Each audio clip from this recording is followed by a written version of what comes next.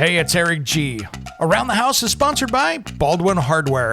For 75 years, Baldwin Hardware has been known for its first-class quality and craftsmanship in door and cabinetry hardware. As an alumnus of the Baldwin Hardware Design Council, I can say I have seen the details and quality from design to the finished product. If you're looking for a new style and old-world craftsmanship, I can tell you there is only one Baldwin Hardware.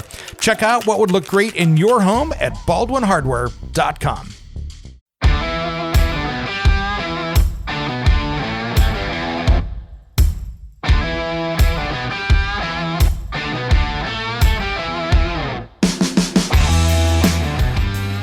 It's Around the House.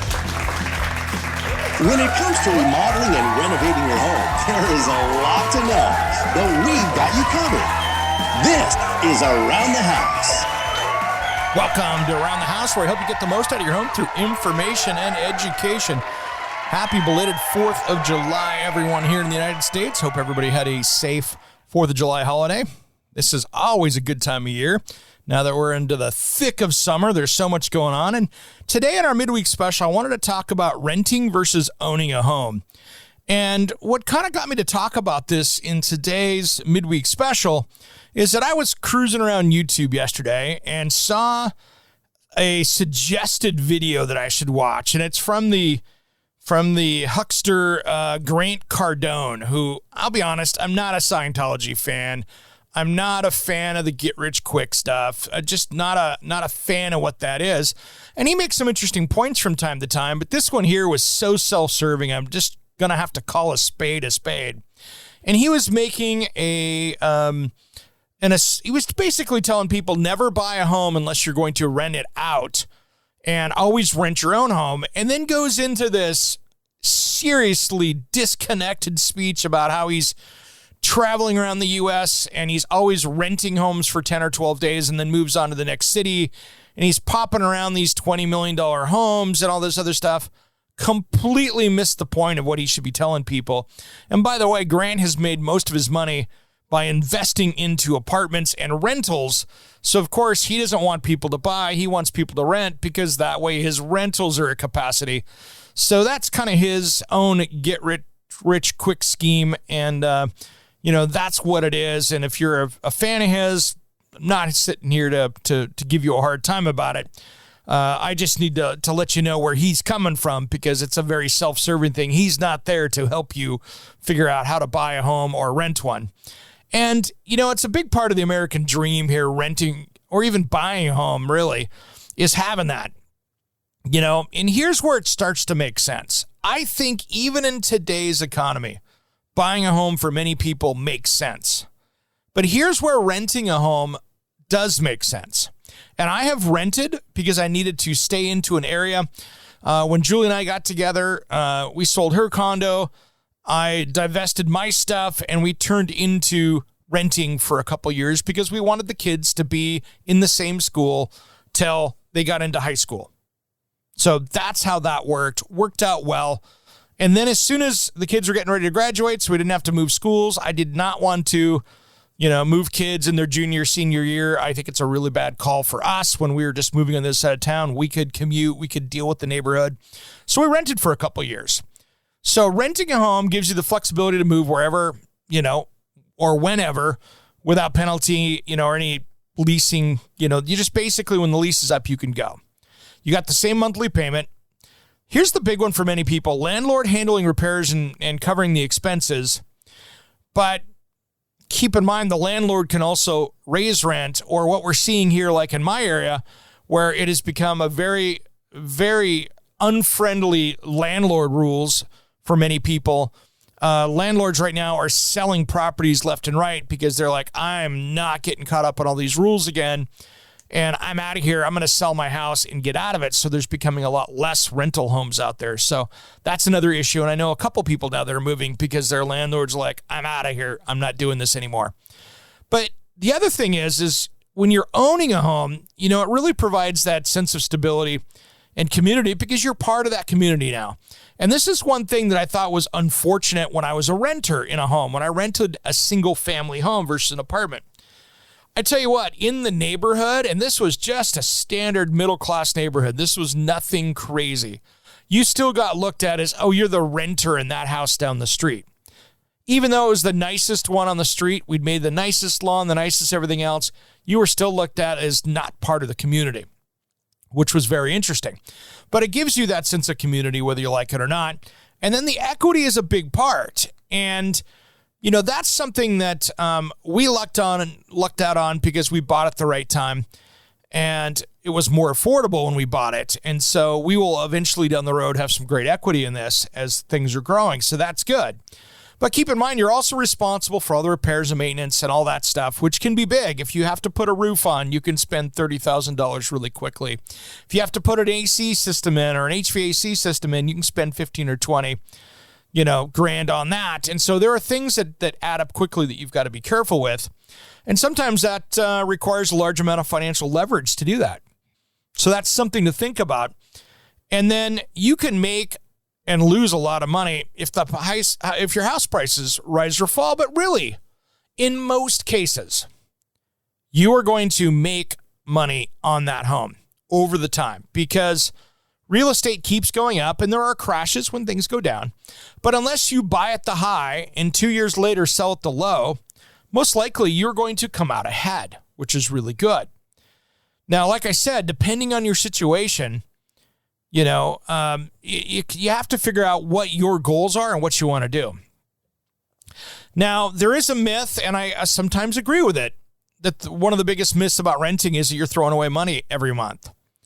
But here's what you have to think about is you do need a place to live, and you're spending money one way or the other. The biggest disadvantage to renting is you aren't building any equity. So I know people that have been renting for 20 years in the same place. In another 10 years, they could have had that house paid for, and they would own it. So for 20 years, they've been making the house payments on somebody else's house. So that's kind of where it is. And so these are things that I really want you to think about. And, it was funny here. 10 years ago, they were saying, oh, the millennials are going to be lifelong renters. You're never going to see that. And I went, no, they just haven't had kids yet. And now that the younger generations are having kids, they're moving out of those condos in the inner city in downtown core, and they're moving out to the suburbs because they're realizing that there's no grass for the kids to play in. It's hard to take the kids around in a city core, going to the grocery store and stuff when you have to walk. There's a lot more into it.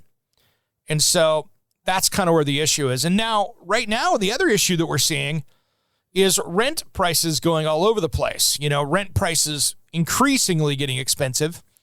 And in some areas, that's because of rule changes, because of how they're having to do it. And when they start capping leases and say, okay, you can only up that lease 5%, let's say, or the cost of inflation, you're tending to see more landlords grabbing the money when they can because they know that if it goes up a bunch, that they can't grab it at that point. They can't recover those costs. So you're seeing more increases when they put those caps. And that's something that's happening a lot. But, the renting does mean you can move when your lease is up, or you can upgrade to a nicer place. So right now, I know it's super tough with the interest rates out there, and it's tough. So if you're a renter, what I would be doing right now is that we might not ever see that below 4% interest rate in the next decade. But we could see it down at 5 or 6. Especially if we get inflation under control. So what I would be doing right now is if you're renting, I'd be putting money away, saving as much as you can, getting that down payment ready to go. Because eventually these interest rates will lower. And that's where it's going to be, that's where it's going to be interesting. So, it can take as much as 13 years before most of your payment goes towards the principal balance on a 30-year home loan. And so for like a $100,000 loan at 4% at 30 years, you can spend $72,000 in compounding interest. So if you're itemizing and doing tax deductions, you'll come back with a lot of that. But that's where the money is to be saved. So really kind of think about that, of where you want to be and what you want to do. And think about that in a home. And still, I think that buying a home is going to be a smart investment for most people. Now, if you can buy when the prices are low, just like anything else, that's what you want to do.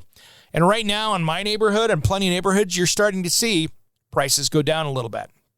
Now, in areas like Florida and Texas where people are moving to, those prices are going to be pretty high for a while. In places like California and Oregon and Washington, where you've got a mass exodus of people leaving, and you have more people leaving than coming in, well, you're going to see the prices going down. So those are all things to consider when you're buying a house and selling a house. It's the deal that you want. You want to be buying the smallest, cheapest house in the neighborhood for your investment that needs the most work versus the most expensive finished house if you're looking for a return on investment. So that's where you're looking right there. All right, if you're a fan of the television show, we got a great one coming up on Saturday. I'm going to talk about the radio show and podcast on a Wednesday in our teas, but I'll give you a little bit of information coming up here. We're going to be out visiting Certainteed Roofing on TV. So we're going to watch, asphalt shingles get made out there. I'm going to be installing an underground sprinkler system. And then, man, we've got some great stuff talking with Brent from BYOT, Bring Your Own Tools as well. So we've got a lot coming up on Saturday on Around the House Northwest, and you can catch that over at kptv.com, Fox 12 Plus here in Portland, or you can stream it on the Fox 12 app. Anybody can grab that and put it on your smart home device. All right, everybody, have a great rest of this 4th of July week. Hope people are coming back and not stuck in airports and everything like that. And as always, thanks again for tuning in to Around the House. We'll see you Saturday.